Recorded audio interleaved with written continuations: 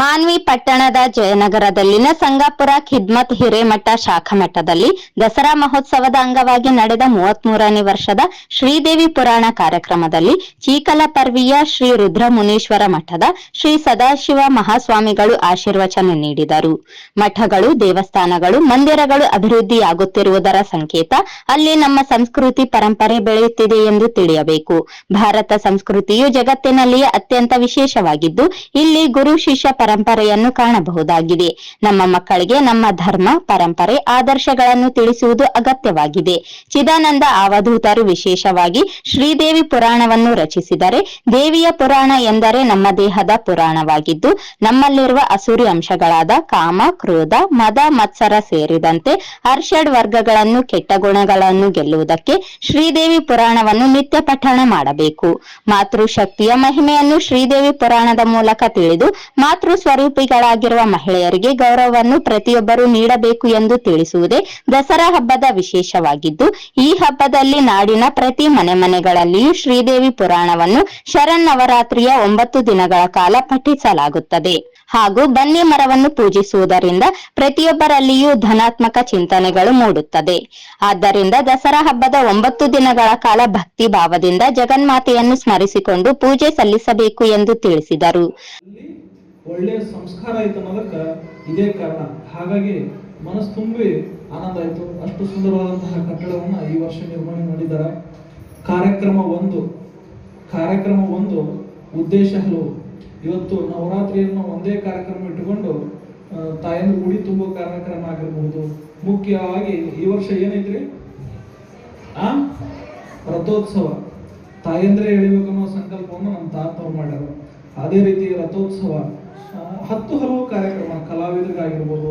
ಮುಖ್ಯವಾಗಿ ಸಂಗಾಪುರ ಹಿರೇಮಠದ ಒಂದು ವಿಶೇಷತೆ ಏನಪ್ಪಾ ಅಂತಂದ್ರೆ ಪ್ರತಿಭೆಗಳನ್ನು ಗುರುತಿಸೋದು.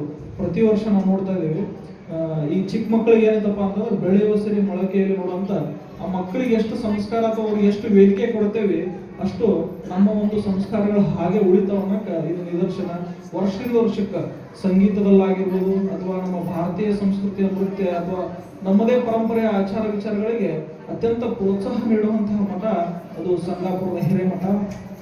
ಇವತ್ತು ಅಂತಹ ಈ ಒಂದು ಶ್ರೀಮಠದಲ್ಲಿ 33 ವರ್ಷದ ಕಾರ್ಯಕ್ರಮದಲ್ಲಿ ತಮಗೆಲ್ಲ ತುಂಬಾ ಸುಂದರವಾಗಿ ಪಠಣ ಮಾಡಿದವರು ನಮ್ಮ ತಾತ್ನವರು, ನಮ್ಮ ಸಂಗಾಪುರದ ತಾತ್ನವರು ಅಂತಂದ್ರ ಬಹಳ ವಿಶೇಷ. ಇವತ್ತು ಯಾರಾದರೂ ಭಕ್ತರು ಅವ್ರಿಗೆ ತುಲಾಭಾರ ಮಾಡುವಂತಹ ಒಬ್ರು ಸಂಸಾರಸ್ಥರ ಸ್ವಾಮಿಗಳಲ್ಲಿ ಯಾರಾದ್ರೂ ಇದ್ರೆ ಅದು ನಮ್ಮ ಸಂಗಾಪುರದ ತಾತ್ನವರನ್ನ ಬಹಳ ಖುಷಿ ಮತ್ತು ಹೆಮ್ಮೆ ಆಗುತ್ತೆ. ಅಂಥವರಲ್ಲಿ ಶರಣಾರ್ಥಿಗಳನ್ನು ತಿಳಿಸ್ತಾರೆ.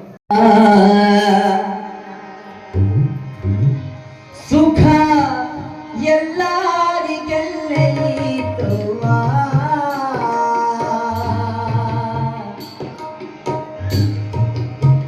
ಸುಖ ಎಲ್ಲರಿಗೆಲ್ಲೈತುವ, ದುಃಖ ತುಂಬ್ಯಾದ ಮರಿತಾದ ಮ್ಯಾಲ, ದುಃಖ ತುಂಬ್ಯಾದ ಮರಿತಾದ ಮ್ಯಾಲ, ಮಾಡಿದ ಪಾಪ